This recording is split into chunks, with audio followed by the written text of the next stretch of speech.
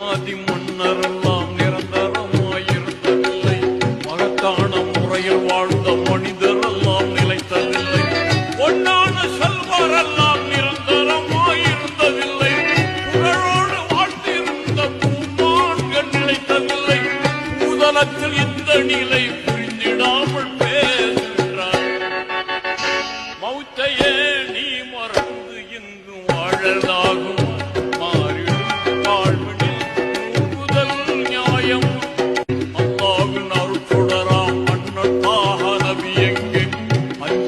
வீரம் கொண்ட ஆண்மை அதியார் எங்கே?